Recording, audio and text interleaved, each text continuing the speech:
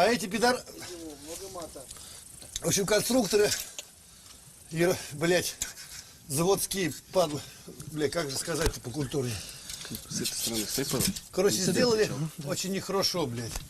И вот я теперь ебу, блядь, в общем, занимаюсь ремонтом этого чудесного крана, блядь, из-за этих пидорасов, ой, в общем, несовершенных конструкторов, блядь.